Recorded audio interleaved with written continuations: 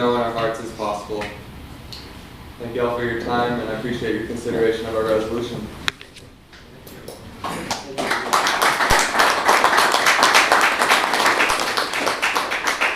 Just to let the council know, the commissioners know that we've supplied you with information. Also, if anyone in the audience would like our fact material, we have it in handouts. But I'd just like to point to page 3. It's a harm scale, the economist, fairly conservative, fact-based journal, graph of the relative harm of known substances such as alcohol being the top, mushrooms and psilocybin mushrooms that we're talking about as an entheogen is the least harmful in terms of its physiological effect on the human person. There's a lot more information. On the back of the page is a list of the leading research institutions in America, including Johns Hopkins, UCLA, New York University, Imperial College of London, which are showing profound breakthroughs in the medical benefits of these plants. So I just encourage the commission to review this information. We are here to recruit you. Where's Harvey Milk? We're building a movement. This is an important reason I think that makes DC special. I live here with the family, and I love living here. What makes DC special is that we are socially innovative and that we are making the city a wonderful place to live. Entheogens, I believe, can very much be part of that story, and we are here to recruit you to be part of that historic effort. Oakland has decriminalized in the same way that our initiative would. The city of Denver has. It'll be on the vote in Oregon. DC can be the first city on the East Coast to do this, and we're here to recruit you. If you have any questions, we've drafted a resolution for your review. Obviously, it's up to you on the language you'd like to put to it, but we will leave it at that and see where this goes. I think, thank you for the presentation. The proper procedure would be to let's put this through committee, go through committee discussion, being that many of us, this is the first time we're seeing it, and it should go through proper committee, then on to the full ANC. So why don't you email us afterwards, and then we can run you through that. I was going to say, I'll add you to the committee. Awesome. Yep. Okay. Cool. All right. So there you go. Thank you. Appreciate it. Okay. If I may, just one point of inquiry. Could you explain how a ballot initiative works? What's the process? So DC, as folks know, recently with issue 77, issue 71 with the cannabis campaign. DC has authorized citizen initiatives. We are required to collect 5% of the registered constituency of a given electorate of all 8 wards. That then has to be certified before the DC Board of Elections. Our petition has been granted petition status. We are in the review phase now. We believe that we will have forms for us to collect voter petitions authorizing it in all 8 wards, including Ward 1. We need like 5%, so about 35,000 voters. It will then be put on the ballot once it's certified, once those signatures are authorized. Maybe the November ballot? November 3rd is when we Thank you. Yeah, we're going to get the petitions estimated March 12th, and then we'll be canvassing the streets collecting 25,000 to 30,000 signatures, which we need to collect by July 6th in order to get on the November ballot, so that's our target. So I have one other item with this. I just today got something from you folks that had to do with the potential impact of coronavirus on electoral politics, and urging that the DC Council take action to allow petitioning people to be able to electronically add their names to a particular petition that's already been certified. That I think is a really interesting, good way to begin to use some of the technology that is available to us, and particularly if we all wind up being in a situation where we're reluctant to go out on the street, it's going to be difficult to collect signatures. So I appreciate that you folks thought that through. And I hope that the council does decide to do something about that. Thank you, and I just say to Ms. Nadeau's and Robert White's staff in the room, there is an opportunity for emergency legislation if we do get into a quarantine situation, not just to protect our ballot initiative rights, but the rights of voters to participate in democracy. So I thank you. Not to mention the health rights of all of us. Yes, sir. Thank you for that presentation. So it's my understanding that there's nothing on the agenda for ABC and Public Safety Committee. Is that true? I would like to put on, I'm not sure that they're going to be able to be there. We had a request from Spacey Cloud because they want to begin having cover charges for live music. And I think that's something that deserves at least discussion. And so that would be added to the agenda. To the agenda for the committee meeting. Right. March 11th, okay.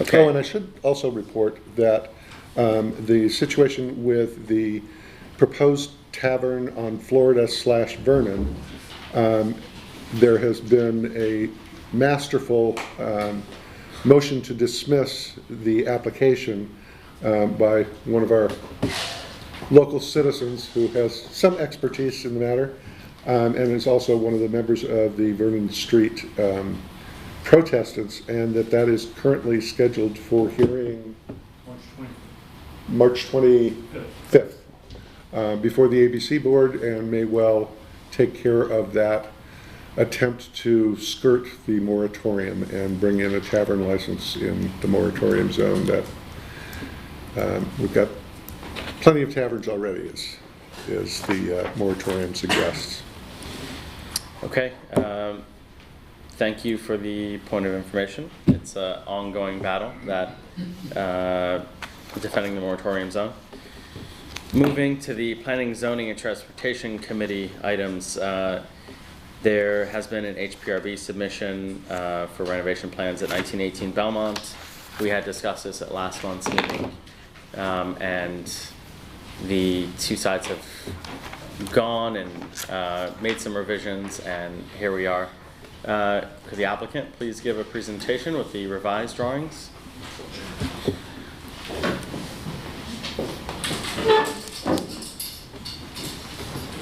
We did bring 11 by 17. Thank you.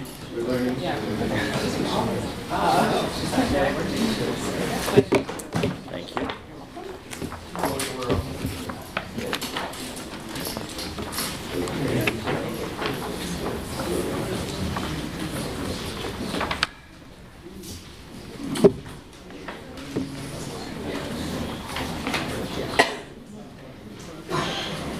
So I'm going to run through these quickly. Some of you are familiar with the project, some of you aren't, but to recap, 1918 Belmont Road is here, Belmont Road here, 19th Street here, 20th Street here, Calmarell Park here, Columbia Road over here. Here we are, and a large portion of this is where this house in this row of 6, all built at the same time in the so-called Mediterranean revival style. This shows the photograph of the house from the front on Belmont Road. Here we are here, and there, there. And this shows that we are this house right here, and you can see several houses, taller ones to the east, and one's the same size to the west. This is the view down a narrow pedestrian alley from 20th Street. This is across the street, basically the same view, narrowing in as one is walking up the alley. This is our house right in here. And you can see the taller house behind. It's a very small view from that area. And this shows the views that we're doing a roof addition as well as a rear facade renovation. This shows the view on the roof, basically going all the way around 360, looking north, northeast, east, east to southeast. South is a big apartment building. Here you can see the taller houses to the east. This is from standing on the property standing on roof. the roof, looking around. Just Yeah, here. okay. These are the houses along 20th Street that are basically the same size as ours. and then this is looking back, turning the corner, coming back along Belmont. This shows the initial diagram that we did and circulated to adjacent neighbors early on. This shows the proposal of roof addition. There have been two smaller roof additions to these two houses, 1920 and 1922. And this shows, not that we're planning this, but just for reference, this shows the full FAR, floor area ratio maxed out, which basically goes to the rear of the first floor and goes straight up. All right, so now on to the proposal itself.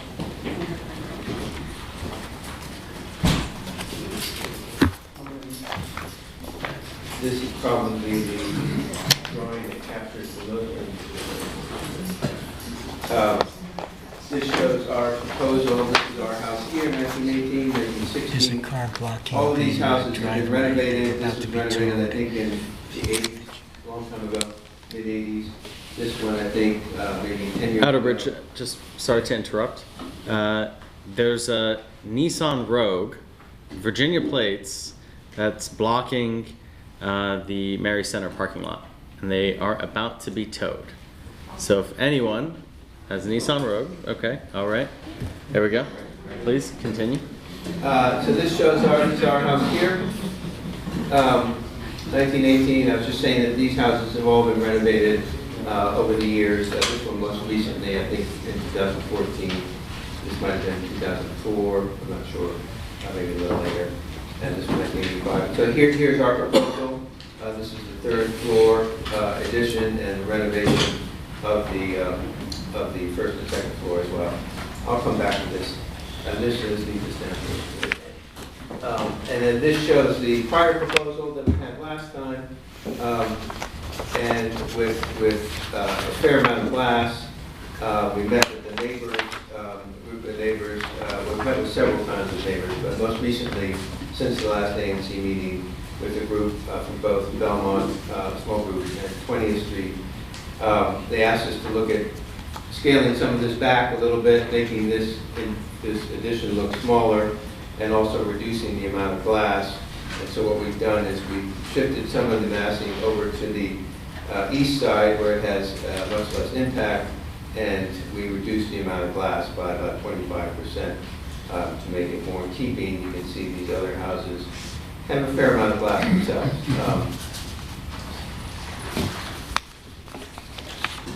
Let's keep that one.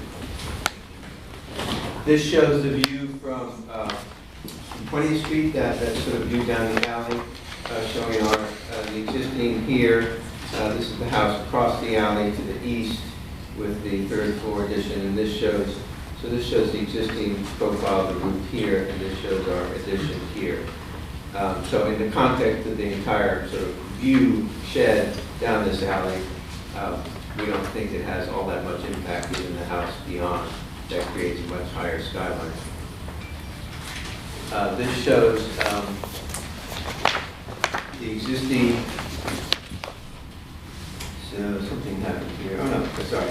So this shows the east elevation, which is not very interesting.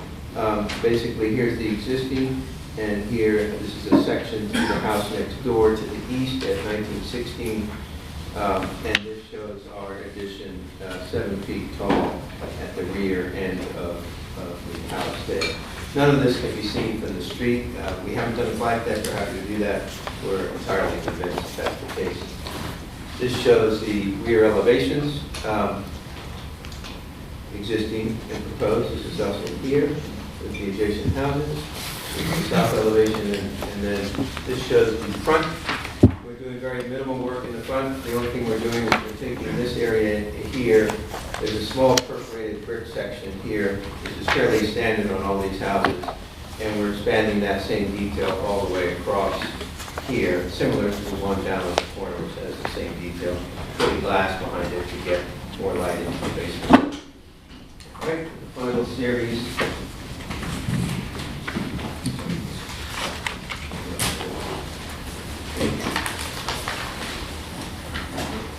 I should have said, my name's Albert Torsi, I'm an architect. This is Amy Levin, she's the owner along with Jack and Turner. So that's who we are. And this shows the existing building section, in the building. It's kind of quirky. This house was also renovated heavily in the 80s, and you can kind of see this the big trend in the 80s to create these sort of light wells. It's kind of neat anyway. And the rear was also redone. So this is our proposed section with the, here's the roof line of the existing, this line here shown on our proposal. So this is the extension that takes the existing third floor and extends it towards back. Existing plans, there's not much that's historic inside this building, except maybe the fireplace, and that's the one feature we're keeping along with the first floor stair. And so here's, we have various plans for the interior. All these show the same exterior, so they're not really pertinent to the review before the Historic Preservation Review Board. But we have different plans for 4 units, 5 units, and 6 units. So I think probably going through those, why don't we put these plans, these drawings back up. This representation. And we talked initially with the Historic Preservation Office about this project. They've indicated that it's comparable and in line with other projects, similar projects in the area that have been approved. There's one on California Street that I'm aware of. There are also the two next door. This does extend farther back than the two next door, which we believe is consistent with the HPO, Historic Preservation Office guidelines, and we believe that it's compatible with the historic district as it appears in this square. I'm happy to answer any questions.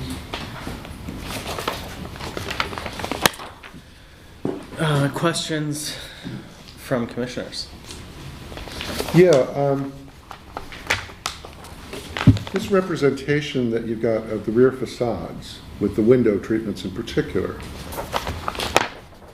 just doesn't look to me like the window organizations that I see on the photograph, and it doesn't look anything like what I saw when I was standing at the top of the alley looking down.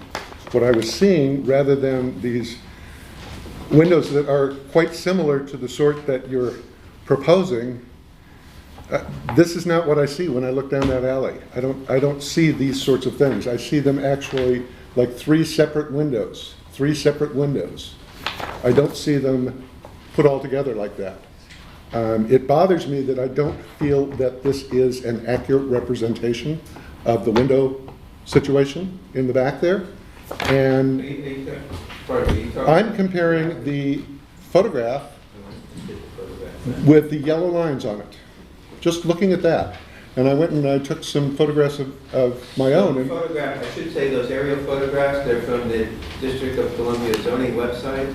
I believe they were taken, if you look closely, it's before this renovation, before this one was done. So this was done in 2014, so they're pre-2014. So it does this not house is shown say differently that for on sure. any of that. What? It doesn't say that on I'm there. sorry, I apologize, but now you know. I apologize. But and we're architects. We think we do a pretty good job of accurate representation. We did get the drawings for both of these projects, and we copied those dimensions and those windows from those drawings onto our drawings. And We actually I got don't architectural drawings, just so they were similar. I don't pretend to be an architect, but when I went and looked at the back facades of these places, I was really struck by the pattern that I saw in the window treatments as it cascades down the hill, because this is a cascade where each house is 3 or 4 feet lower than the one next to it, but there's a repetitive pattern there that's almost like looking at a stream. And I don't see that in this representation. And I know what I saw with my eyes, and that's not what I see here. Happy to meet you out there. We've spent, I have to say, an inordinate amount of time on these drawings for that very reason, because I knew that people were going to be critical, possibly, about whether things were represented. So as I said, we went to the Historic Preservation Office files. We asked for copies of the drawings for these two projects. We eventually got them. Oh, these drawings that you're using here are the ones that they used when they made the changes? Is that what you're saying? I'm saying we used those drawings to create our drawings, both the elevations and the We used the permanent drawings from those other Okay, renovations. that's helpful to know. Yeah. That's helpful to know. So this drawing is probably the most precise of all of them, so in terms of what happens here next to it. Which one is that? This is A5, the rear south elevation, existing in the building. A5. And then you do have some pictures, instead of the aerial one, on P1, you have some of the neighboring homes that's, a lot better to look at. Right. Right, P1 is obviously recent. Yeah. That's what the photograph shows.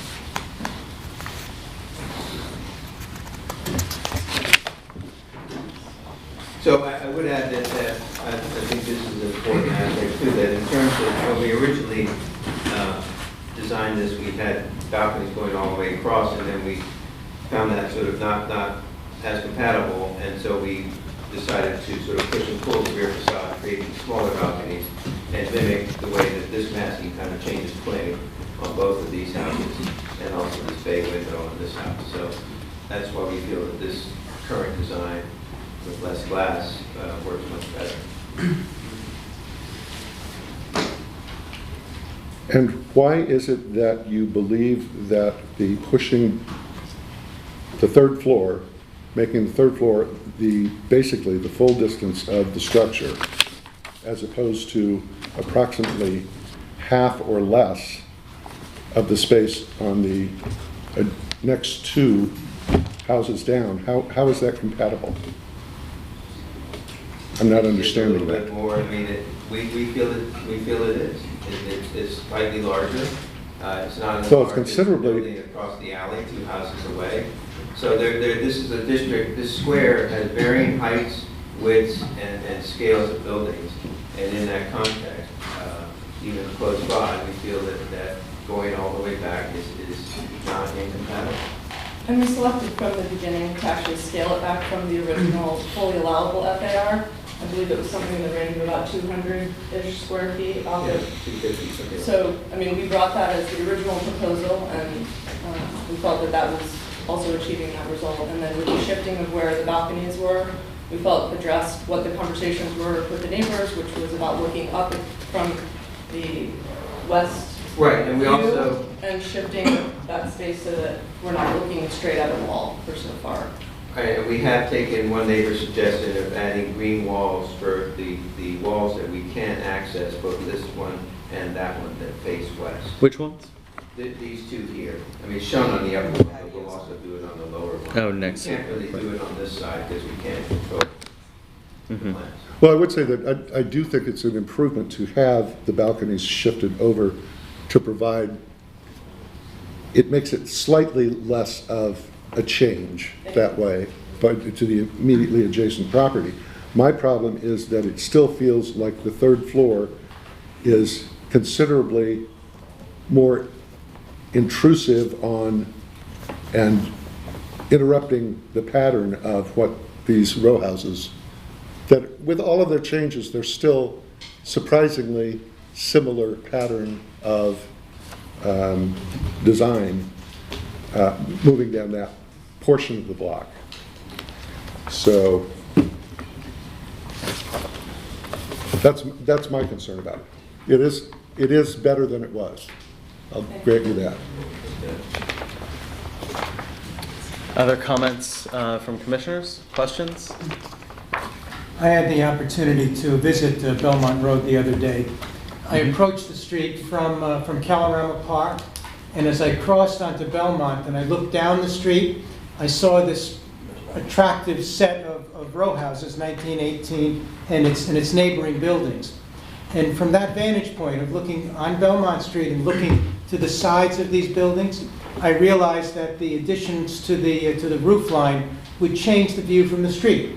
And I can't support this proposal because I want to keep the view from the street the same. Could you address the view from the street? Is that? Yes, I think, and this is an important feature. There's an existing ridge line here on the existing house. The building next door is slightly taller, but we are taking that ridge line and bringing it back. So we're not going higher than that. So I'm almost. There's not a view from Belmont. So that you won't see this addition from Belmont Road.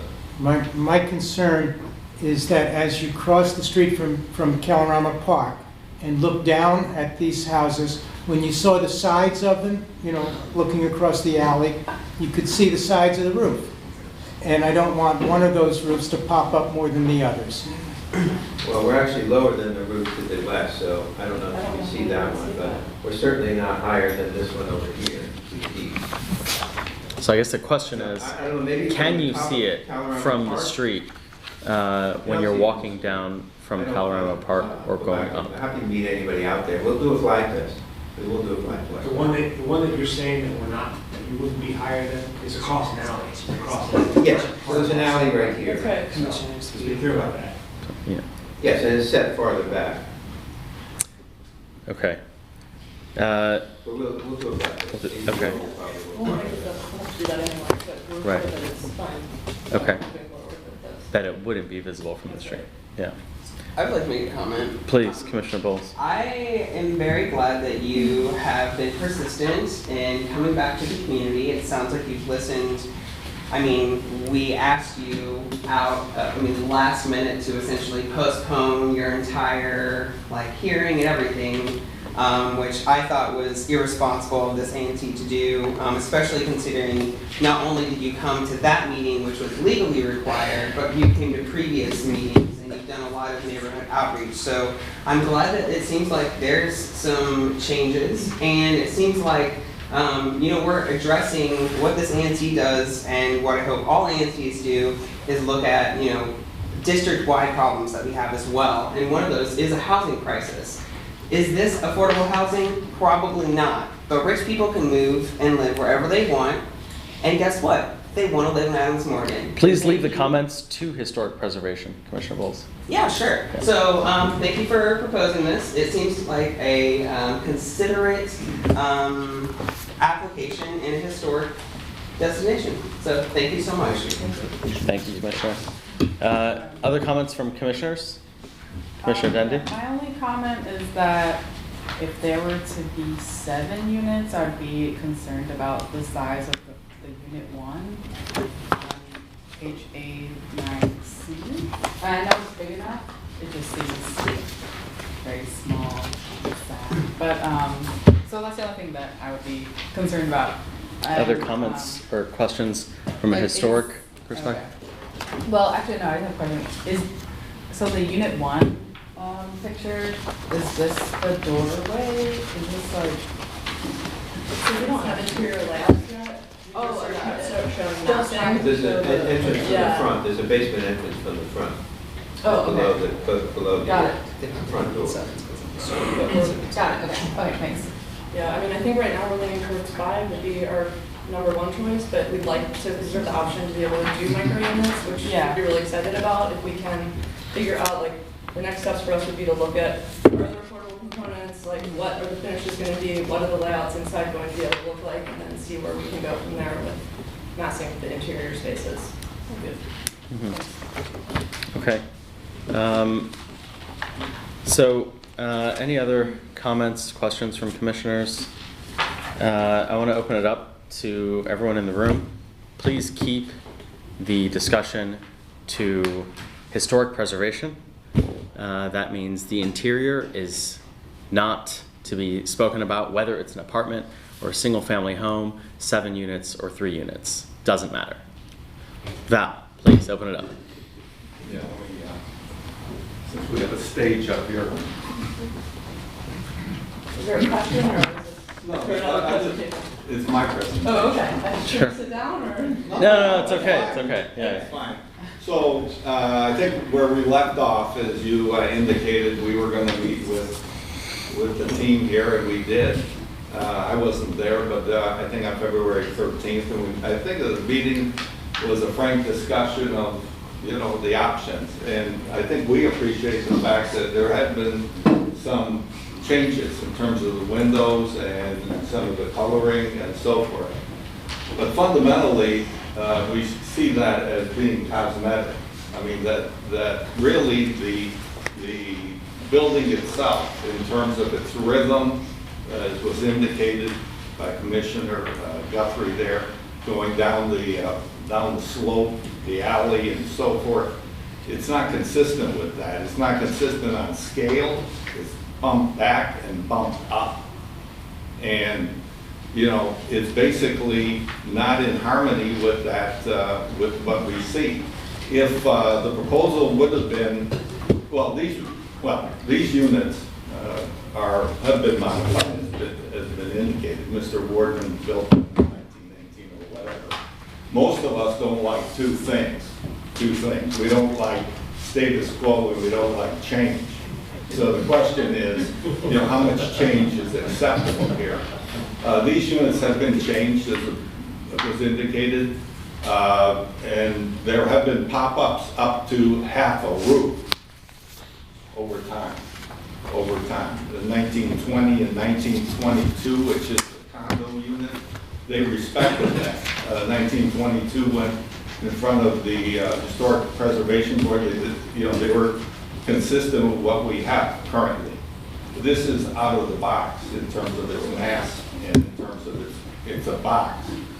And so we oppose this just based on that. It's on scale, on rhythm. You can see it from 20th Street. You'll be able to see it. You know, we've got pictures on that. Every owner on the block, and we're the ones that are affected. There's 8 owners oppose this. You know, we can look DC wide, but also there are people. You know, there's communities of place and communities of interest, and so we're the community of place. We're going to be affected by this in terms of the views, in terms of how it looks back there. So for that, we oppose the proposal. We've got some other neighbors there that we want to speak to. Okay, thank you, Val. So your concerns around scale, rhythm, mass, Outer Bridge. Amy, is there some comment? I'm sorry, and if you can, move a little bit to the left, just because there's a camera right behind you. Yeah. I don't understand the rhythm thing. If somebody can explain it. If this doesn't have the same kind of rhythm as these houses, I don't know what does. So I just don't get that. If someone can explain that to me, so I don't consider that a valid comment. I don't mean to be negative but anyway. So what else? The scale? Yes, this is larger. Well, before just going on, what in particular about the rhythm?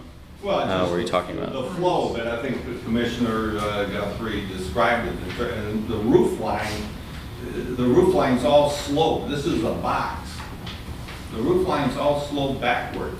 Mm-hmm. Is there anybody else in here who has a different opinion than that? I'm just curious, because but I feel like, I mean, it's sort of a. But I just want to understand it more about the rhythm, so that you guys could understand and respond to It's it. a matter of opinion. Well, he asked me to respond to that. Yeah. So, but yes, you're right.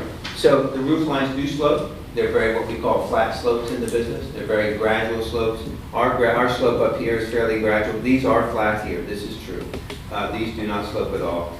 Neither do these roof decks. So, you know, this kind of we could probably argue endlessly about this, and you could say I'm not right, and I could say you're not right, and I'm not sure we really get anywhere. But I think the most important thing is the modulation, the way this facade is split in here in half, and the size of the window units is consistent with these next door, and these things over here, and these, you know, they're big openings. These houses next door that have been renovated. This one's much earlier. It's also got a big opening. You can't see it because of the pergola. So yes, this is the flat roof up here, but you know, I don't think it's out of context at all. I mean, reasonably flat. Yes, sir. Can I come up to point out a few things? Sure. So my name is Brian Blankenship. I live in 1928 Belmont. And just so you know, this is the house I live in.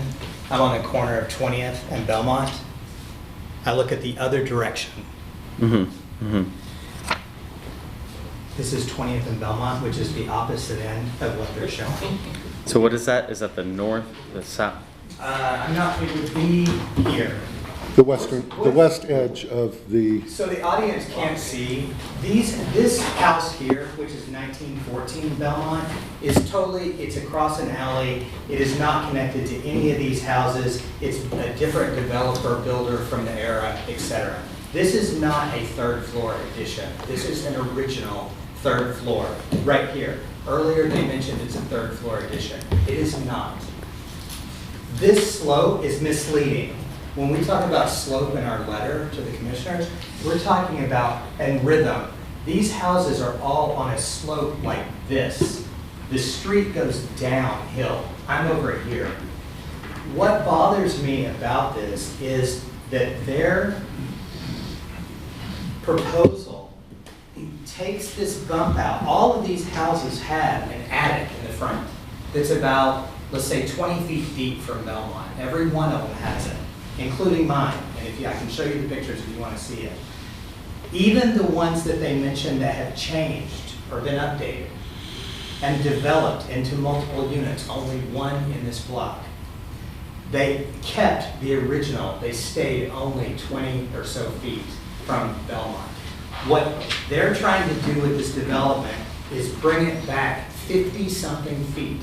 That's 300% of what any other house on this block has.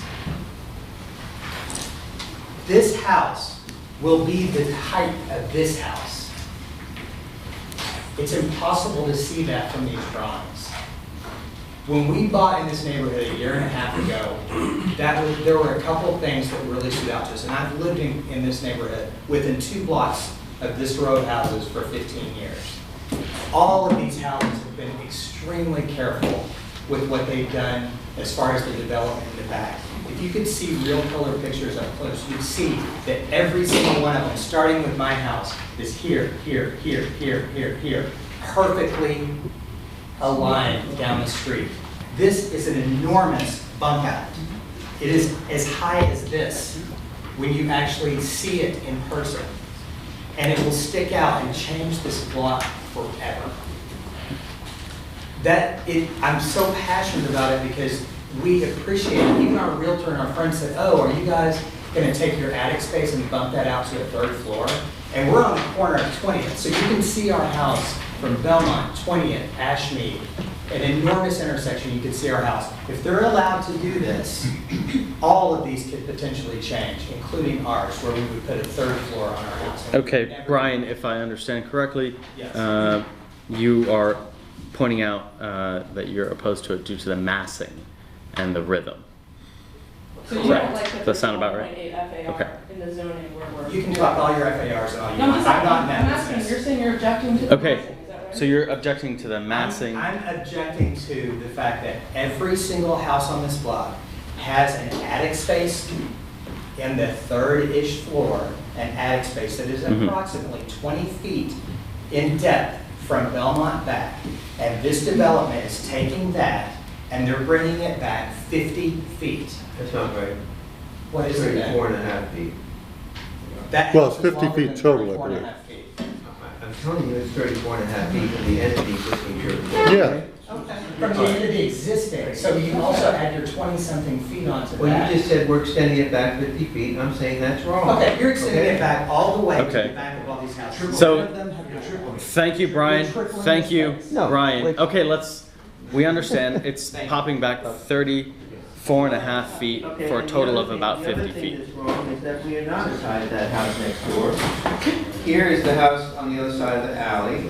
Here is our 3rd floor addition brought back. So we're basically at the height, granted, you're right, these houses do step up, but we are not as tall as that house next door. We're a good 7.5 feet down from basically the top of the brick wall. So those are important characteristics that were incorrect. Let me show you the section, and I'll show you exactly what we're doing.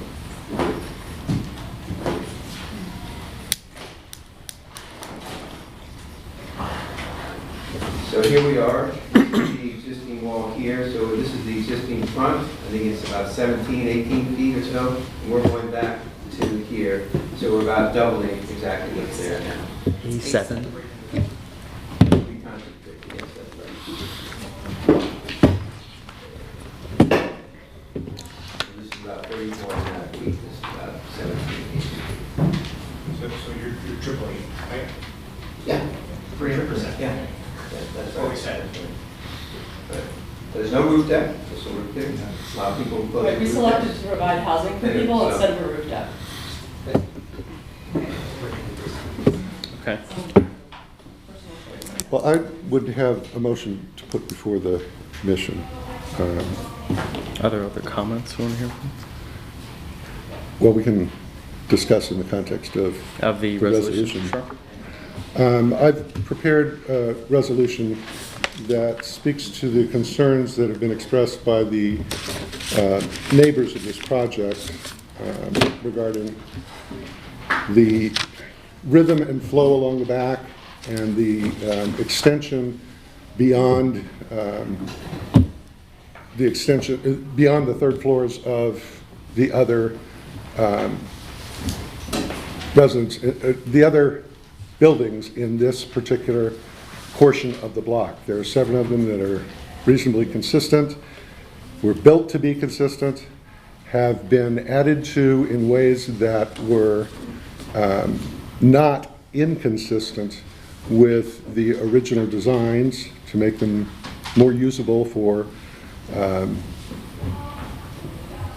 people as we live our lives now as opposed to what it was.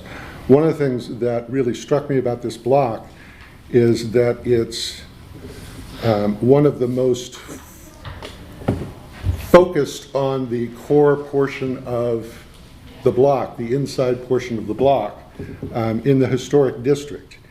And that it's obvious that a number of the citizens who live on that block spend a fair amount of time in their outdoor space behind, and many of their buildings have been adapted to bring in the outside one way or another, either through the window treatments, door treatments, deck treatments, whatever.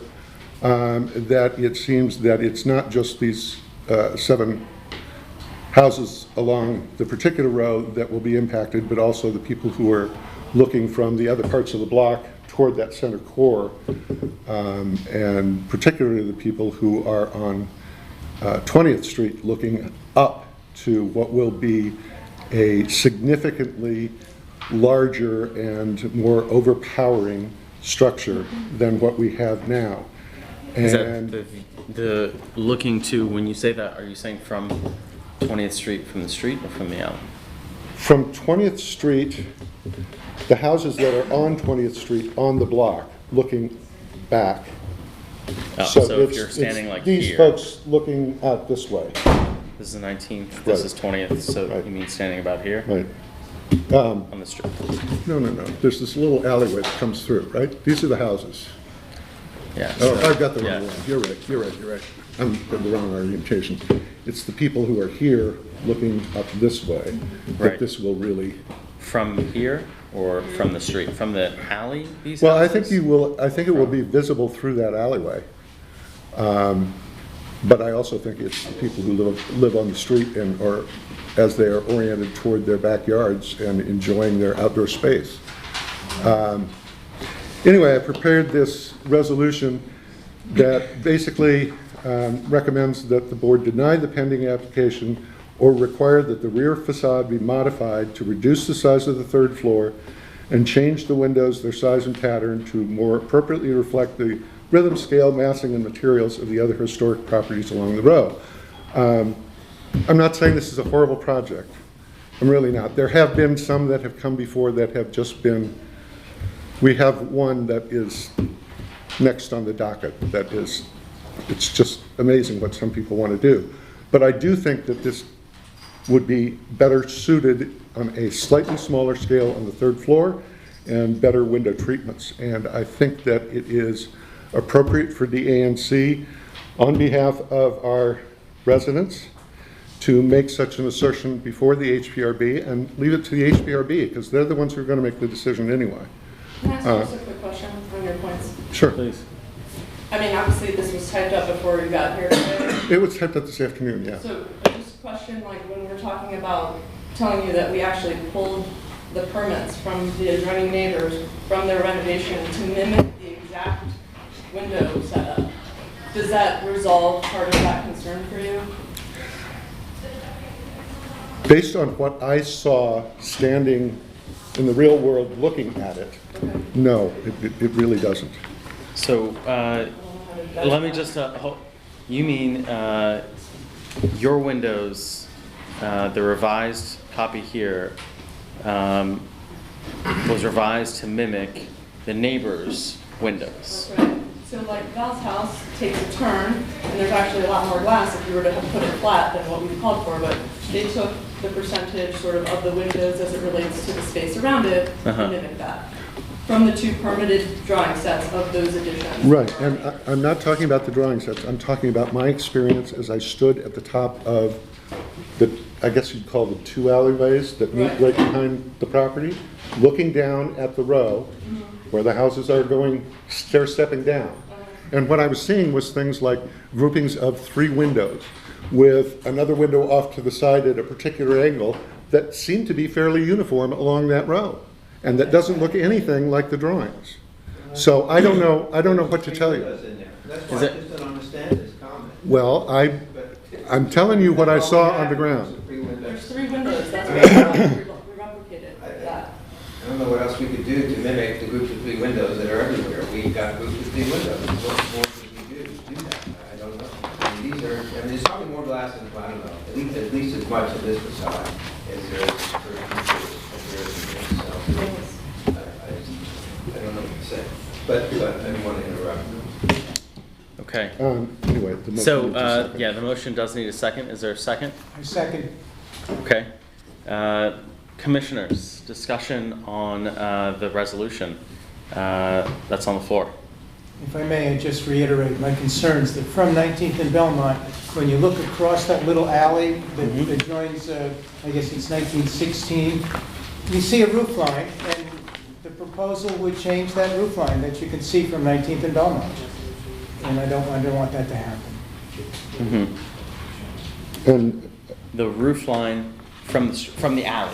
That's what you're saying. Yeah. Standing at 19th and Belmont. At from the 19th and street, Belmont, yeah. You look across the little alleyway, you see when the you're sign of standing here 1916. and looking this way, Yeah. because this one is going to be lower than this, and because there's this opening here, you're going to see this considerable distance of Belmont. I mean, frequently the Across, protest is yeah. done directly across the street. Uh-huh. But recently, HPO staff has insisted that a building that was redeveloped on Columbia Row come in and do a treatment so that it is camouflaged, that they have a roof deck up there from the side. Like right about here or so, looking that way. Yeah, walking along this part here, looking across, because this will be lower than this will show as a bump up. I have a point of information question.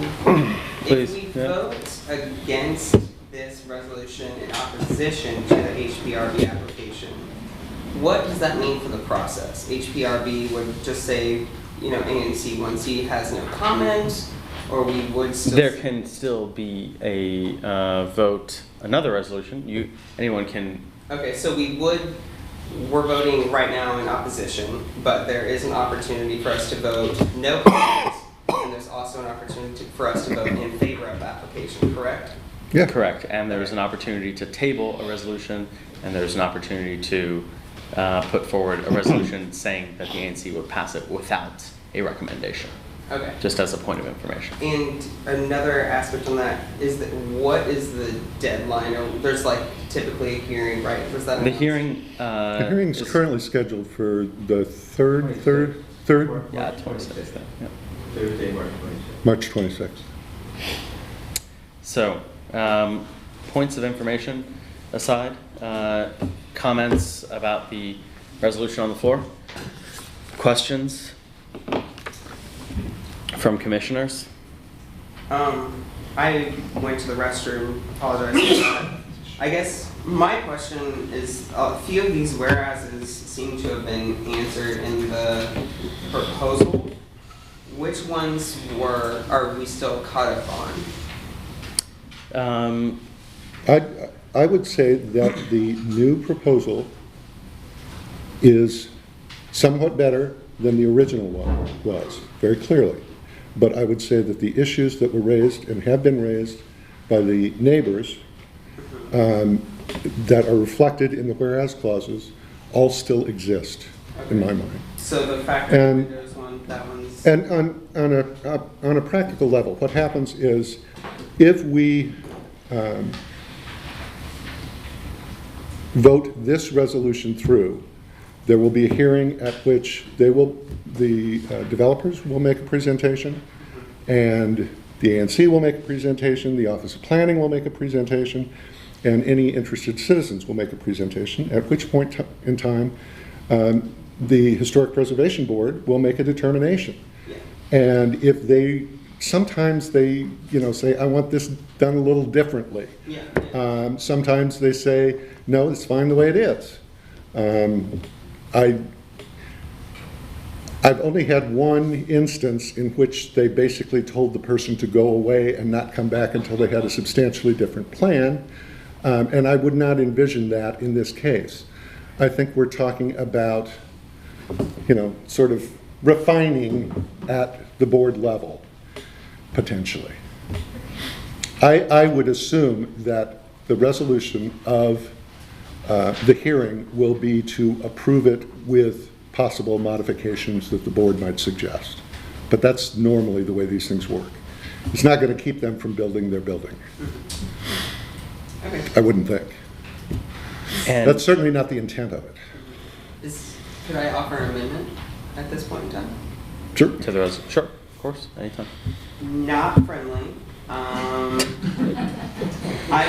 The amendment would be to change the title of the resolution in favor of the HPRP application.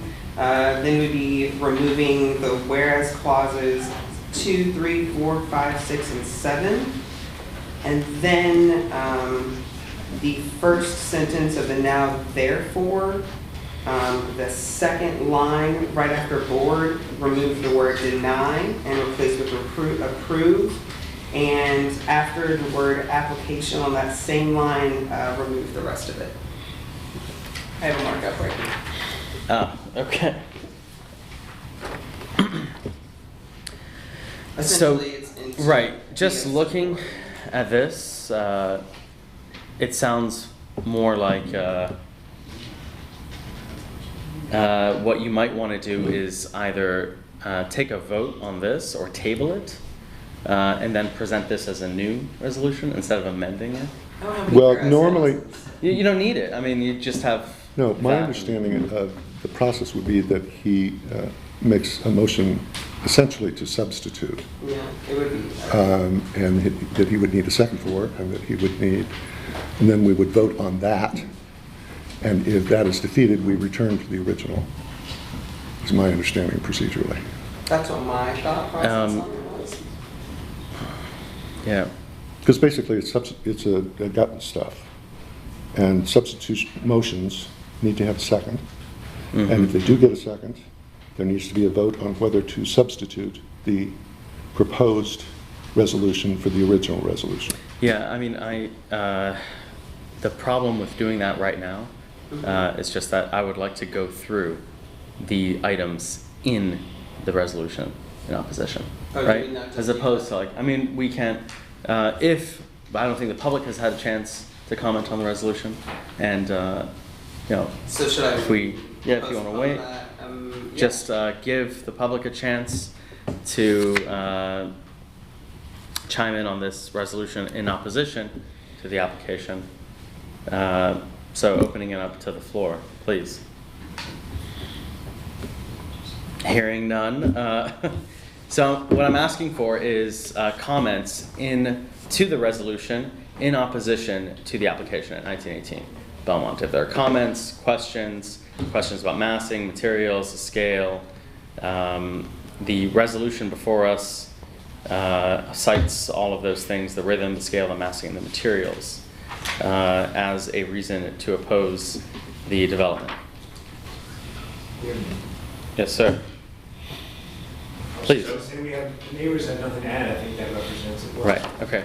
So I would speak, I guess, against the opposition or the proposal. I actually disagree. I think they've changed what might have at one point been called factory windows. I think this is fairly consistent with what the rest of the back of the houses look like.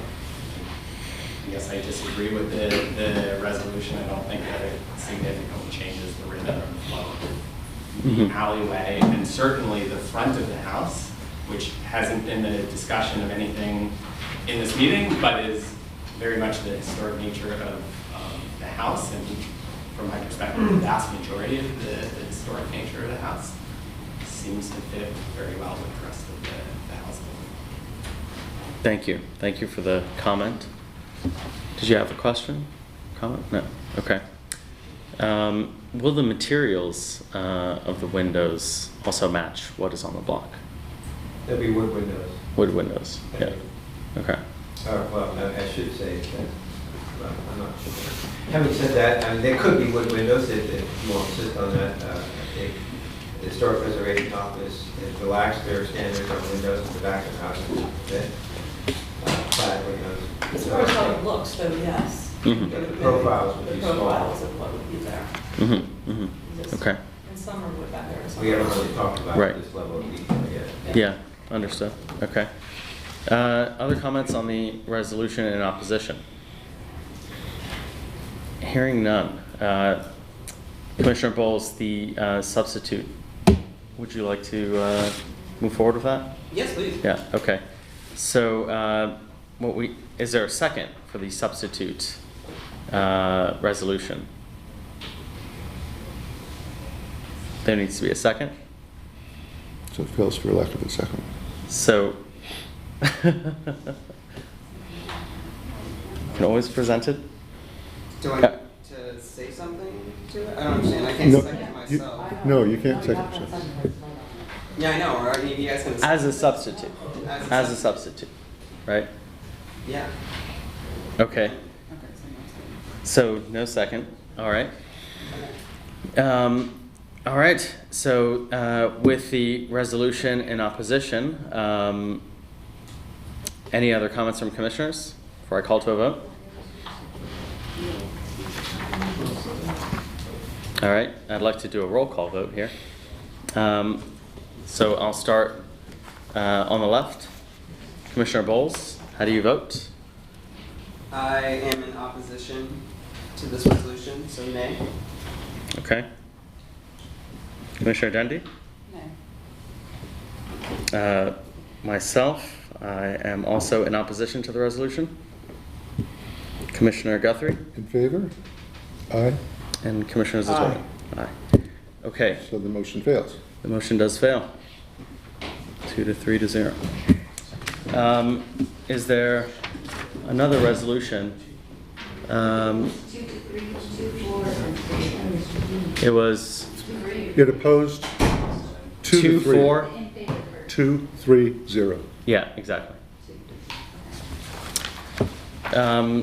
Is there a resolution that you want to put forward? Sure. I'll put forward a resolution very similar to the substitute that I just tried to push forward, which pardon me. Didn't get a second. Are we the same one? Is anyone second it? Knowing that the options are, the resolution in opposition has just failed, so we can pass a resolution in favor or with no comment, no support. Anyone willing to put forward such a resolution? Put forward a resolution in favor of the application. Okay. Is there a second for that resolution? I will second that. Okay. So there's a resolution now in favor of the application at 1918 Belmont. Any discussion amongst commissioners?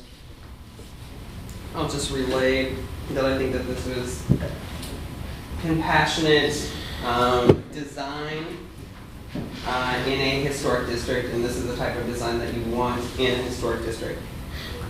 Thank you. Thank you, Commissioner Bowles. Any comments from the public? Okay. All those in favor of the resolution, I'll do a roll call vote. All those, starting from the left, Commissioner Bowles. Aye in favor. Okay. Commissioner Dundee? Aye. Aye for myself. Commissioner Guthrie? Nay? Commissioner Zatoli? Nay. All right. Passes 3-0 in favor.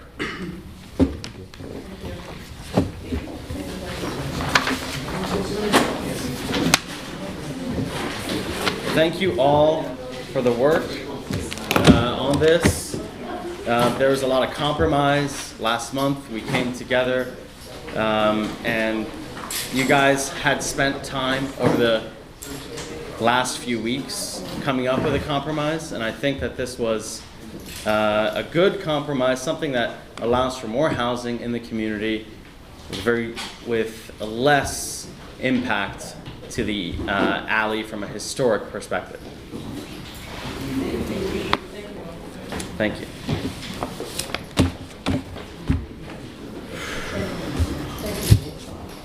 Sorry for trying to Frankenstein my Yeah? I said sorry for trying to Frankenstein your resume. Yeah, that part was just like kind of funny to me. I never get to Yeah. Okay. All right. Moving on to the application to occupy public space at 1815 Columbia Road.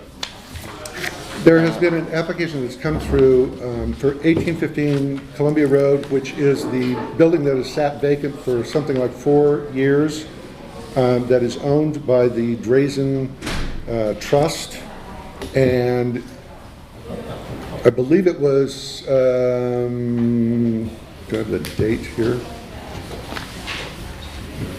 2016, that the owner of the property came before HPRB requesting a 6-story change to the currently 1-story property, where the one storefront would tower over its neighbors, and it was a design that was not historically consistent according to the HPRB board. The owner has since come in and just dropped a request for use of public space that would run for a year and goes from the facade of the building across the sidewalk and take the parking space in front of the building and in front of Pop C-Bar for the period of 1 year, ostensibly for the renovation and vertical addition to the property. Now, the thing that's bizarre about this is that she has never returned to HPRB with an alternative proposal for development. And given the way that she has interacted with her neighbors and with governmental agencies, I have some concern that if she is granted this public space use, she will be building the platform over the sidewalk, fencing off her portion of the sidewalk that's sort of the, what would be the sidewalk cafe portion of the property,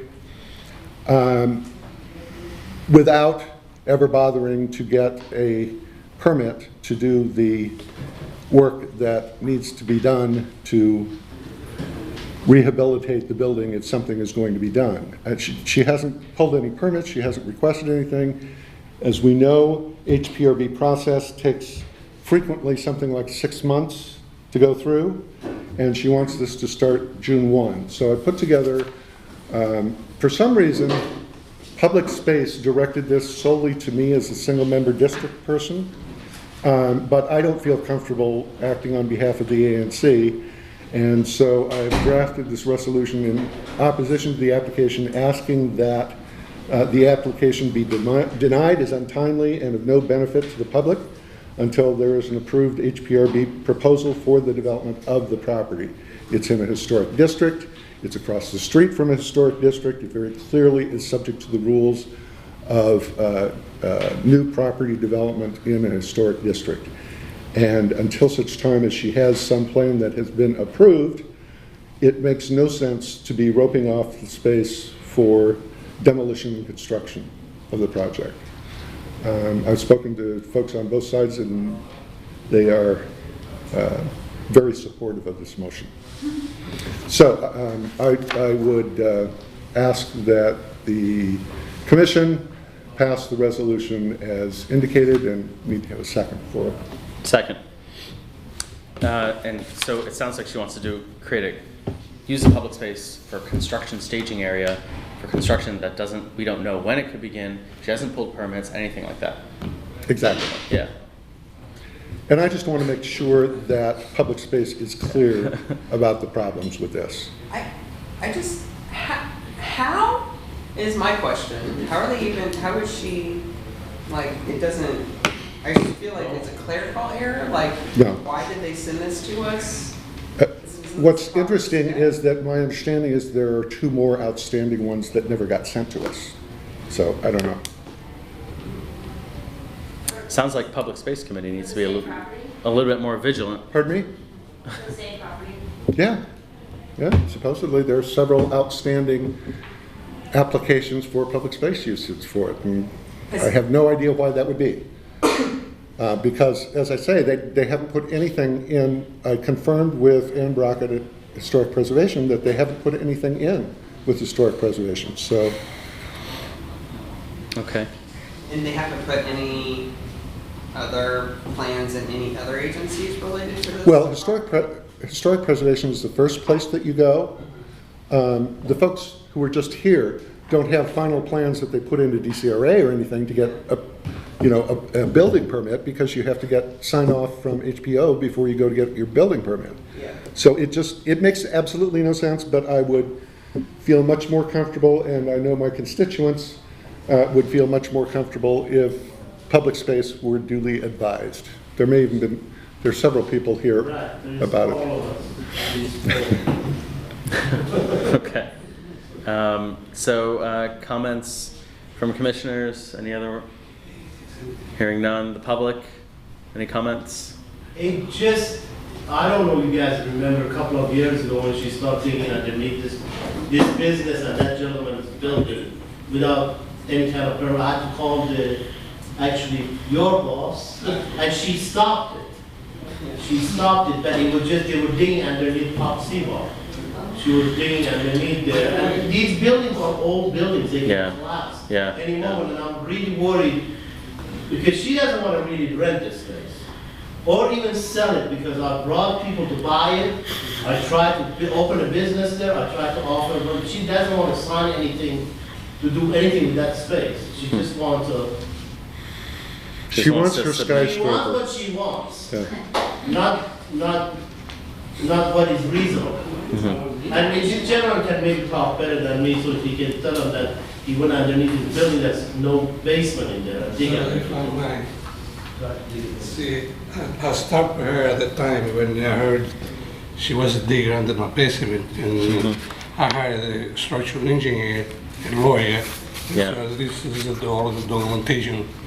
The structural engineer, he said she can do anything. He said that you should sue her. Yeah. So I stopped at the time. Now she started low again.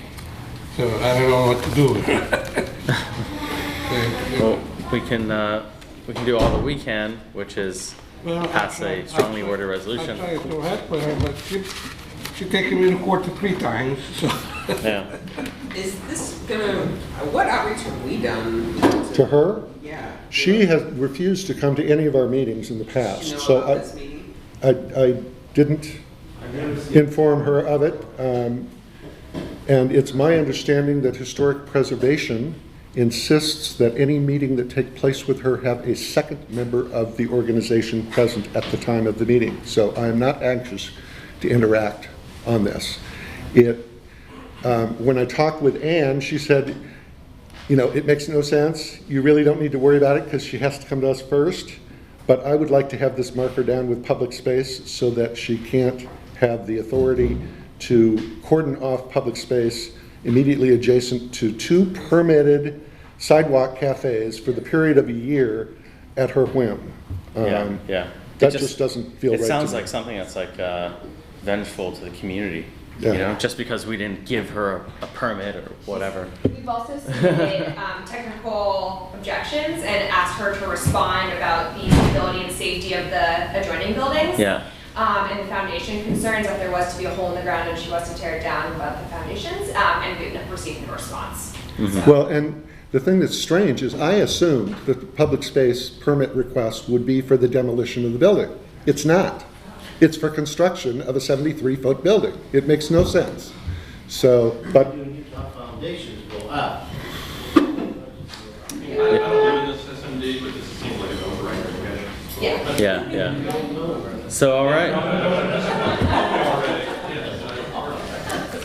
So, all those in favor of the resolution in opposition, please indicate so by saying aye. Aye.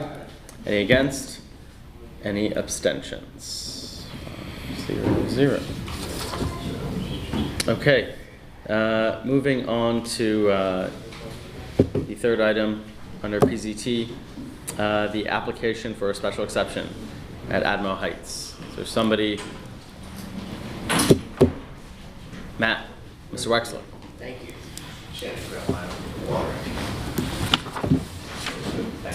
The gentleman in the blue sweater, is Mr. Puglisi?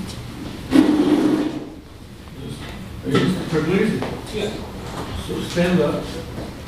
Mr. Puglisi, right? Tell him what your real job is. My real job? He owns the best barber shop in Washington, D.C. He's like, look, what a good job he does.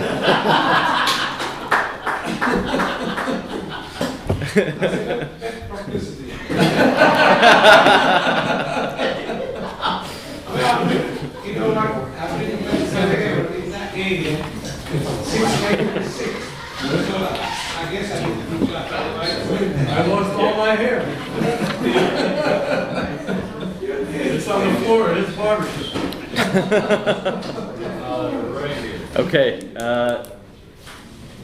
Mr. Wexler, do you have, could you please talk about your application for the special exception and how many spaces we're talking about? Yep, thank you. So,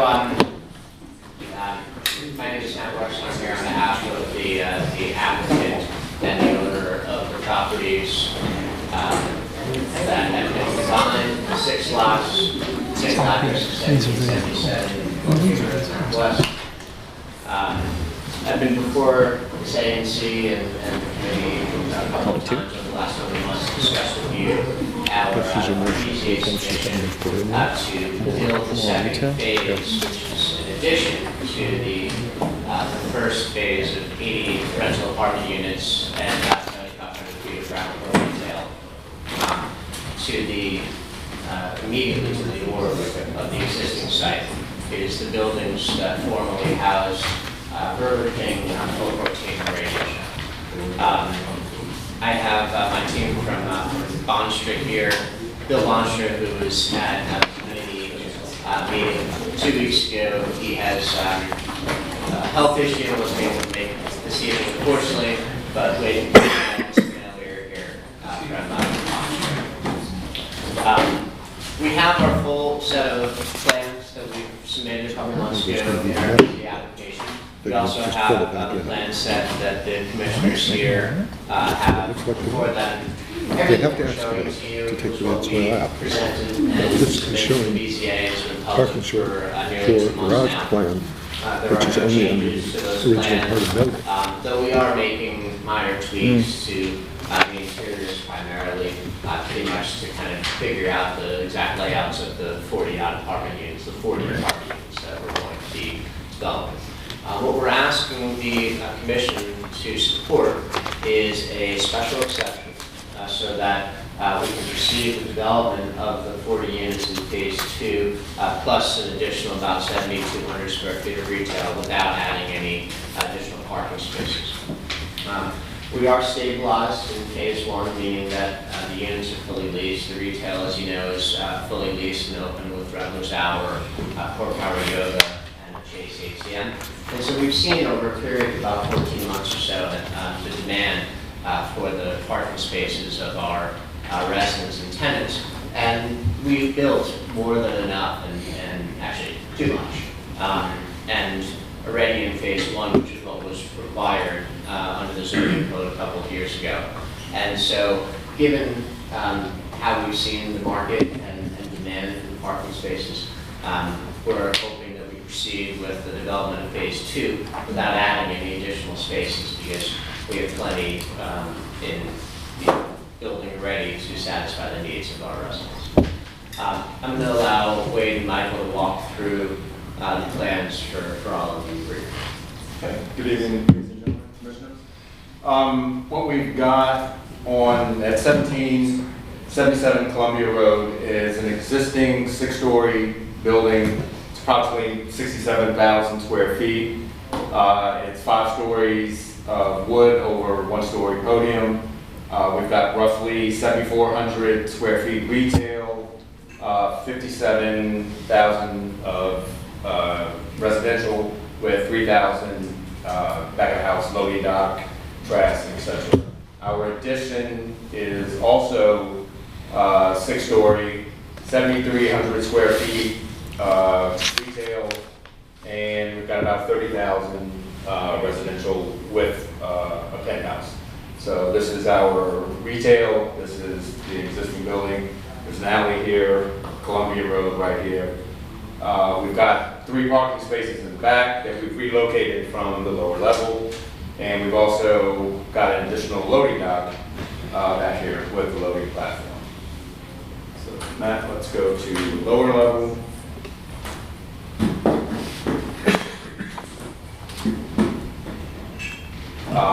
This is the existing lower level due to the utility infrastructure we had to enlarge electrical room, water room. So those are the 3 spaces that we lost that we put back off of the alley. Right here we've got building storage, our bike storage that we relocated from the first floor. We have 70 bike spaces with the ability to go to 80 if we wanted to. So we can do that. And this is the, the additional that exceeds what's... Oh, it exceeds what we need, right? So we've got way more than... So if I understand it correctly, I don't believe that I saw this before when you presented before. You're not going to, I know you're going to have to dig out a lot of bad soil under a portion of the property, but you're not planning to build anything below ground on the new property, the new portion. Is that correct?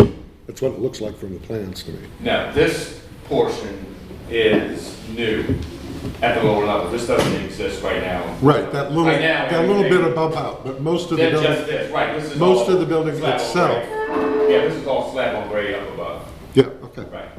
I just wanted to be clear about that because I don't remember seeing that last time you showed this to us. Okay. And moving up to And the plans haven't changed that since the last one. Okay, maybe I just didn't understand them before. Moving up to the second floor, we have 8 units per floor. They're a mixture of efficiencies and 1 bedroom. Here we've got an intensive green roof to match the existing green roof to help with stormwater management. And then the same thing, floors on 3 through 6. 8 units per floor, approximately 4,600 square feet per floor. There's no new core that we're adding, just stair. And then finally, up at the roof, this is the existing stair and elevator lobby, existing deck. We're adding a corridor, new penthouse that we will have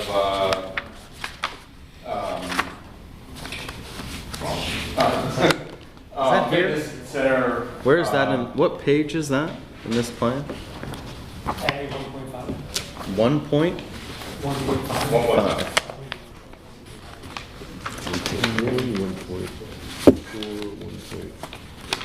2.1, 2.2. We don't have. Yeah, we just don't have it. Okay. This one. Take a look. Okay. I'm sorry. Yeah. So we've got fitness center, community lounge, and restrooms, and that's it. New dog run, and that's it for the penthouse. So So why don't we put back the parking level? Sure. So for the past number of months, we've been having a dialogue with community members, with ANC commissioners, with Recook Neighborhood Association, and others about these plans. I'm pleased that there's really, I think, been a lot of interest in our being able to proceed and also to allow for more bikes as part of our project here. We've also agreed with the Recook Neighborhood Association and with Commissioner Bowles, who's the single member district rep for our project, to help sponsor and endow the Friends of Unity Park organization, which we all believe is long overdue, and hopefully to allow that park to just have some more dedicated attention to its long-term support. So we're happy about that. We've also, in conjunction with Commissioner Satoli and others in Lanier Heights, we want to make sure that the alley that's behind our building, that's between Lanier Place and Columbia Road, also has continued dedicated attention. And so we're going to continue working collaboratively with the ANC and with the Lanier Heights community and Recook Neighborhood Association on that as well. And I hope what we can do is kind of marshal all our resources together to make sure that DDOT's focused on paving in the right way. So so that's been very positive. Just take one large step back. My partners and I began assembling the site back in 2014. We agreed with the ANC and with the Colorado Citizens Association, I believe it was in 2015, to preserve the front facades of the buildings. We're going to continue doing that, of course, in phase 2, and we're really thrilled about how that all turned out. And we've received really nothing but positive feedback about how that integrates into the rest of the building. So we're going to continue all of that collaboration going forward as well here. Happy to answer any questions. So I do have a question. Sure. Normally someone in your position brings along a lawyer. Doesn't look like you did. Oh. What are the criteria for special exception that you're meeting?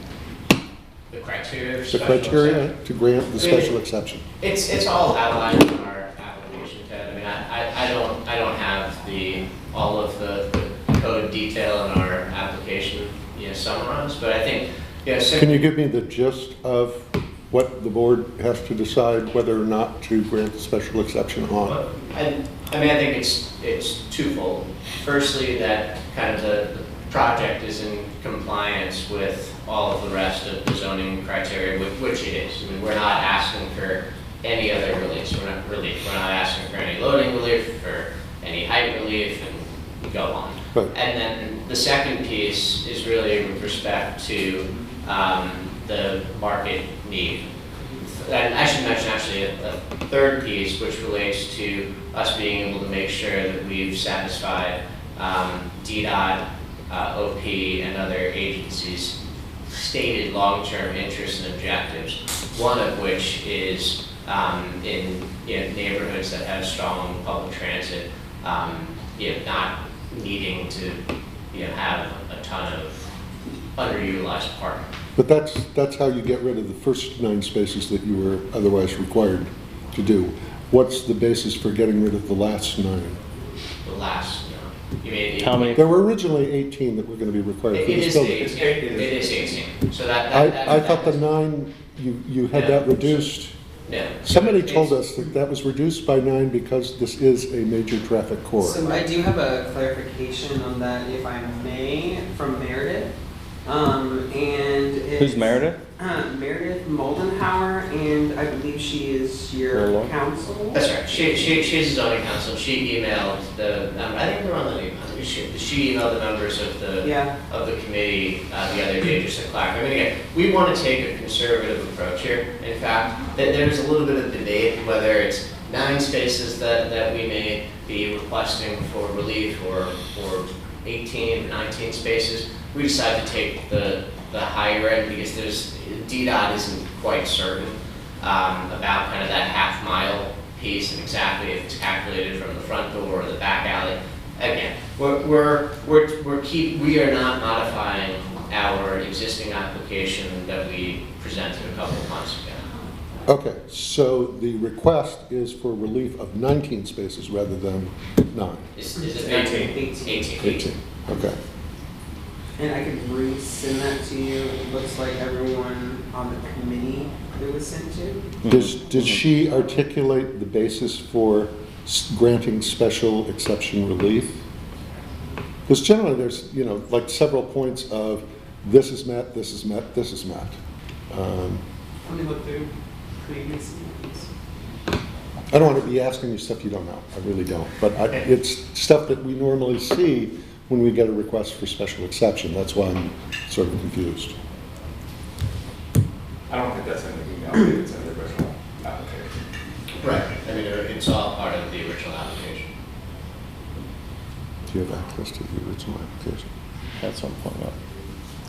Unless you guys have the original application with you, anything that you can share. And we that is online. Yeah, that's. Let me do that. So are you looking for formulas? Because they have an existing building has 80 units and then 7,400 square feet of retail, and then it's like 80 minus 4 3/4 equals 25 spaces, and then it's like total parking spaces required and then total provided and 31 spaces. And this was an email in February the 19th. But the only thing that we're called upon to render a decision on is whether to support the special exception, which assumes that there otherwise would be 18 spaces that would be required for this building, but because of whatever the special exception is, and it may just be that you can demonstrate that you haven't had the need for it, and that you don't anticipate the need down the road. And that may be all that's required, but I'd just like to see that that's what's required. No, that's exactly right. The special exception is simply the 18 space reduction. Right, but the basis for that special exception has to be some factual determination that the board makes and that we're supposed to be passing on. That's my point. The application doesn't say anything. I'm looking at the application. And generally when we get these applications from the lawyers, they say what the basis is. You want help? Yeah. Sure, yeah. You want me to read it? Please. Oh, yeah. Yeah. Section 703, special exceptions from minimum parking number requirements. This section, it's a long section. Okay. This section provides flexibility from the minimum required number of parking spaces when the provision of the required number of spaces would be contrary to other district regulations or impractical or unnecessary due to the shape or configuration of the site, the lack of demand for parking, or proximity to transit. The board of, so lack of demand would be a basis to grant the special exception. And then there's a long list of all the different... And proximity to transit. And proximity to transit. And then there's a long list of more specific... Okay. Right. I mean, I want just to summarize. Yeah, and I just want to be clear what you're asking us to agree to. It's, not that, you're fine fellows and therefore we agree to your special exception. That doesn't seem to be what our job should be, but... I guess my real concern about this is that there are not going to be many other large projects with a garage parking requirement that are going to be built in the future in this particular neighborhood. This neighborhood has nothing but problems with finding sufficient parking for all of the vehicles who either reside here or come here to visit. And we heard a lot of objection to the Transamerica proposal across the street here that Jubilee Housing is doing when they got an exception for 7 spaces. And their exception was based on the fact that they were providing low-income housing that they otherwise wouldn't be able to do if they didn't eliminate the parking, and that they didn't have need for the parking spaces because based on their experience with other places, their residents didn't tend to own vehicles that needed to have parking spaces. So the first reason that we approved of the special exception in the Transamerica case doesn't apply here, but the second one sounds like it's at least arguable. But I still have some concern that we're, giving away the cow, basically. Because it seems to me that if the specifications of the code require a certain number of parking spaces, that's already been cut down from what it used to be, recognizing the use of transit, and I just don't know that we should be saying yes. How many space, so you're talking about granting a special exception due to a lack of demand. Right. How many spaces do you currently have? 31. And how many are leased? I'm sorry? And how many are leased? You have 31 parking spaces, how many are in use? As of a couple days ago, it was around 19. And that's for 80 units, yeah? And so the 40 additional units that come up, 18 parking spaces would be required, and what you're proposing is to go with the 12, that the 12 underutilized spaces in your existing garage be utilized for those 18, right? And Correct. Not construct any of the 18 parking spaces. Any new net parking spaces. Yeah, Correct. 0 new net Right. of the 18. What is the impediment to constructing new parking? Well, I mean, I think it's twofold. I mean, one, going one full level below grade is time consuming and expensive, and will be just more construction, more disruption for us, for neighbors, etc. And then the second piece is just simply put, we wouldn't anticipate that it would be utilized, which is just disappointing. Yeah. in one respect, I think we've had that experience with the hotel and with other large parking garages. And I was actually just chatting over the weekend with somebody who was involved in the DC USA project in Columbia Heights, and that was required and had a massive TIF subsidy to create a 2,000 space parking garage that's extremely underutilized. It's just, I think, and that's a different subject, of course, but those are some of the reasons behind our desire to not build parking that we don't anticipate being used. Now, we do anticipate that we will have the additional bike storage that we are proposing to provide be utilized based on what we've seen from the residents in phase 1. And so we are proposing to create a larger bike storage space that will hold more bikes than what not only is currently provided, but what's required by code. But again, I'm not concerned about what's required by code from a bike storage perspective. It's what our residents demand, quite simply. Okay. Did this come out of committee with any recommendation? It came out of committee with no recommendation. Yep. Yeah, So Commissioner if- Bowles? Yeah, if we were not, if we don't grant the special exemption and you are required to have the parking there, what, do you anticipate any outreach in trying to have other neighbors or other folks try to utilize this under this spacing? Non-starter due to other things? Yeah, I mean, the challenge with that is that, we're not a public parking garage, and in the first phase of the parking, or of the project, it was constructed in a way and built the parking, the elevator, and the access in a manner so that, it's for the, private use of residents. So, I mean, it would be nice in a way to be able to have that, but it really is a security issue and concern for our residents. And frankly, even several years ago when we started the construction of phase 1 of the projects, we thought that the 31 spaces would be utilized, and it just hasn't happened. So I think we've now kind of seen and tested the market and assessed the demand. So I don't think that that's practical. And again, if this were a 200 space parking garage, it may be another consideration, but even if we were to do the additional 19 spaces, I don't think that it would be really feasible and practical from our residents' perspective to be able to do that. And it's not like I'm getting calls every day from people saying, can I rent a spot?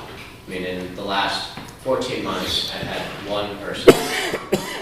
You've had one person? One person.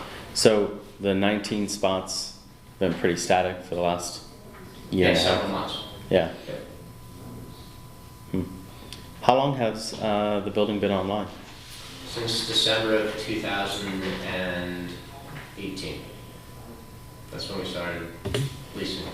Right. And of the 80 units, how many are occupied? All of them. All of them. So this is pretty, so the 19 spaces, 80 units, it's not like there's going to be more people asking for spaces. Right. Questions from Commissioner? Comment if I may. Please. This property is, I think, a reasonable walk to 2 metro stations. You could get to Woodley Park, you could get to Columbia Heights without much trouble. I could do that. Yeah. And there's tons of buses that go right in front of the building. I'm not surprised that there's not much demand for the parking spaces, and I'd be happy to support this. Very good. Yeah, the proximity to transit and it's impractical due to lack of demand are the two things to support the special exception. Thank you, Commissioner Zatoli. Other comments? Comments from the public? Crawford? We have a garage at the Mine Hotel with 136 parking spaces that 95% of the time sit empty. And we hope at some point to come in front of you to see if we can expand the PUD agreements to allow us to take resident parking into the building. And so we're going to explore that, but Sounds like you won't get a lot of demand. I hope we'll get some demand, but as I say, 95% of the time the parking sits empty. But you're currently under a restriction that doesn't allow you to use the parking for anything but hotel guests or people who are guests at a hotel function. Is that correct? Correct. Yeah. So people that are guests of the hotel are not utilizing the parking. Got it. People aren't driving in DC. Yeah. They used to. Understood. Thank you. Did you have a question? You had your hand up. Yeah, I was just curious, like if the concern is security, like it's possible to, like it's not possible to install some kind of security from the parking garage to the apartment building? I mean, anything is possible. Yeah. I think it would just mean retrofitting the existing elevator cabs to kind of, block off traffic. And again, there's only one way to get out of the parking garage if you're already inside the building. Well, 2 ways, I'm sorry. I guess you can walk up and towards the alley, or you can exit and be in the lobby. Right, there isn't a way to exit the parking garage and walk directly onto Columbia Road. So it's possible. It's just a matter of the fact that we've leased the apartment units, and part of the lease, required to provide certain services, and one of them is a secure facility. Again, I mean, in retrospect, and as Crawford mentioned about the hotel, I think that there's things that you could look back a number of years and say, could you have done something a little bit differently, and reassess. And today, I just don't know how practical that would be. There just are empty spots. Right. Yes, I do have a further thought. I had been opposed to the ANC taking a position in support of this, just because it wasn't clear to me what benefit it was to the community for them to get this special exception. And the argument that it would be encouraging of further use of public transportation really doesn't, I don't find that persuasive at all.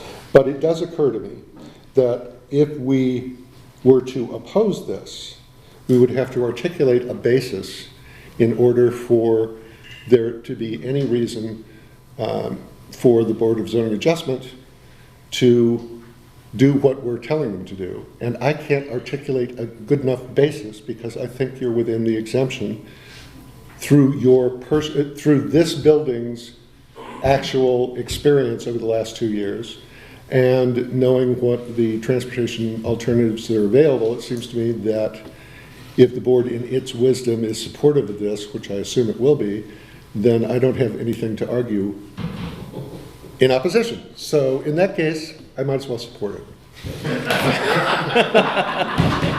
Here, here. Thank you. Thank you, Commissioner Guthrie.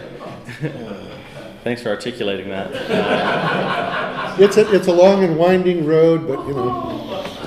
Whatever gets you there, Ted. Other comments? I thought I saw a hand up, but if not, yeah. Like, I live in Balfour, and yeah. It's anecdotal. I bought it, it's not a rental, but my real estate agent told me if my building would have a parking spot in it, it would have cost $40,000 to $50,000, which means I would not be able to afford the two-bedroom. I think this translates right into the cost of housing in the district. Okay. So by not providing parking, it'll make it cheaper. I would imagine it's cheaper because yeah. Buildings construction. Okay. All right.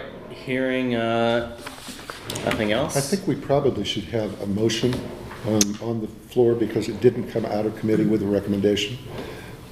So I would move that ANC 1C support the application for special exception for exception from the parking requirements Second. For the ADMO project. Very good. Japer, Commissioner Bowles, seconded. All right. So any discussion? Hearing none, call to a vote. All those in favor of the resolution as indicated, please say aye. Aye. Any against? Any abstentions? 5-0. Thank you. And the last item for tonight is a resolution in favor of emergency legislation to complete the 9th Street protected bike lane. So is this the one that got pulled? Yeah, the one that. And the point of the resolution is to suggest that it get put back in? It is. And then also add 2 more co-sponsors.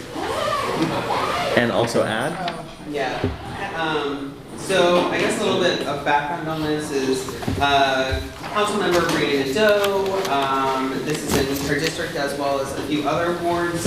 And her leadership has led us to be focusing on more protected bike infrastructure. And I believe that ANCs have a duty to voice in favor of connected and protected bike infrastructure. As a person who scoots, as a person who has a spouse or a partner who, hopefully Nick doesn't see that. As a person who has a partner who cycles and bikes, I just see it all the time. If this a protected bike lane does more than just protect the cyclists, but it also deters folks from getting $150 of bike fines because you don't even allow them to get in the bike lane if it's done right. There's still some issues, but this is a great place to start. We have empowered our planners and our transportation planners to do outreach, and it seems like this is a great plan.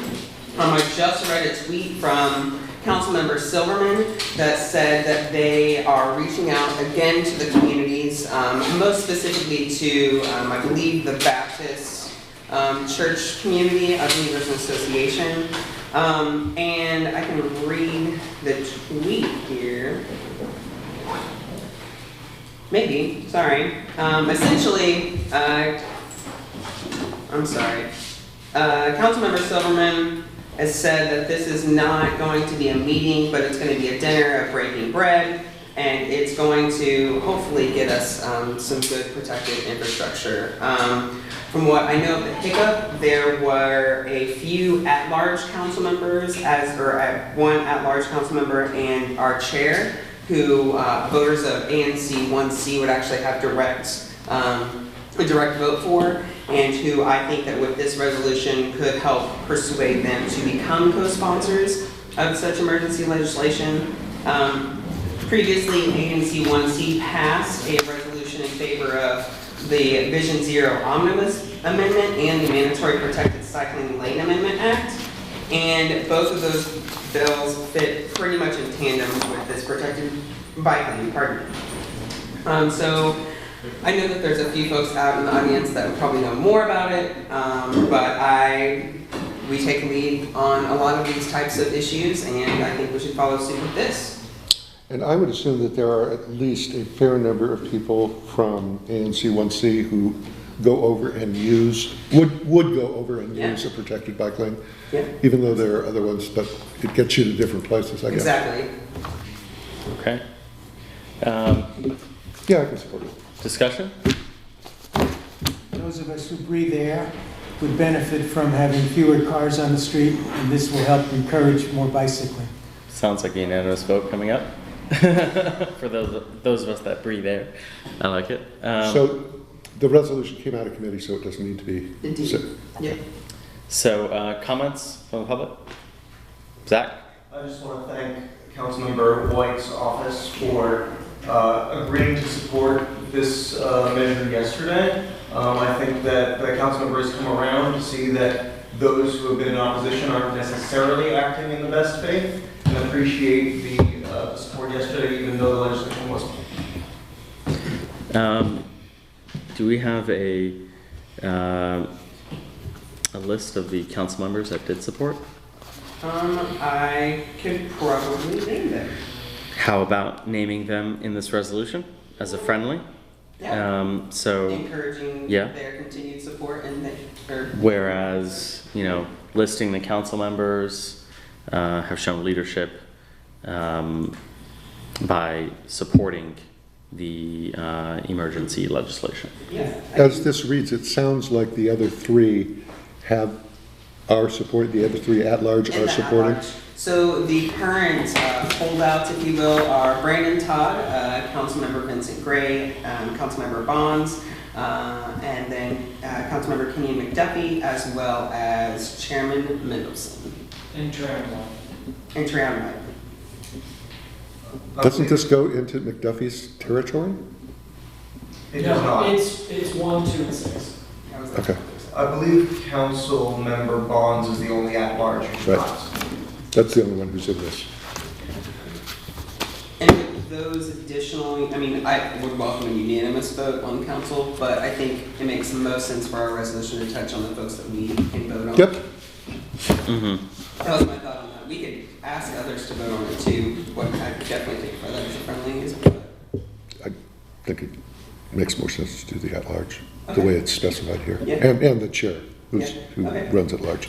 Yeah, I will add the whereas related to those who supported it. Okay, you want to throw it in as a last whereas? Yeah, I think that makes the most sense. Okay. And then you'll have that ready for when we send it in. Correct. Okay, sounds good. All right. If I could just add one thing. So transportation issues should not be council issues. This has been emergency legislation because the mayor has refused to move it forward. It's a plan that DDOT completed 4 years ago. In the time at which the plan was completed, 60 people, pedestrians and bicyclists have been injured on this stretch of territory. because the mayor and her supporters, not part of the DDOT bureaucracy, have basically stalled DDOT from moving forward. And so as much as we would like an emergency council vote on this to force DDOT to do this, the fact is that DDOT should just do this. Yeah. So, and what is the time period for that stat you just said? I believe it's the last 3 years. It was an email from Wawa. I don't know. Friendly amendment Gordon, if you know the to say. Of what term that. Yeah, I do not know that. Yeah. And I know that the amendment you have, or the resolution you have says that it's 60 in the past 2 years. I don't know. I'm not It familiar says with that. 30 in the last 2, so we could say 60 in the last 3. I find that to be more compelling. Reportedly 60 in the last 3. Okay. Based on the Washington Bicyclists Association. Okay. I can do that, and that's the. We can do it offline, but I'd love to hear if Sixth there is any whereas excuse clause. for this. All right. So, if there's no other comments, I'll call to a vote. All those in favor of the resolution as amended, please indicate so by saying aye. Aye. Any against? Any abstentions? All right. Cool Thank you stuff. all for coming.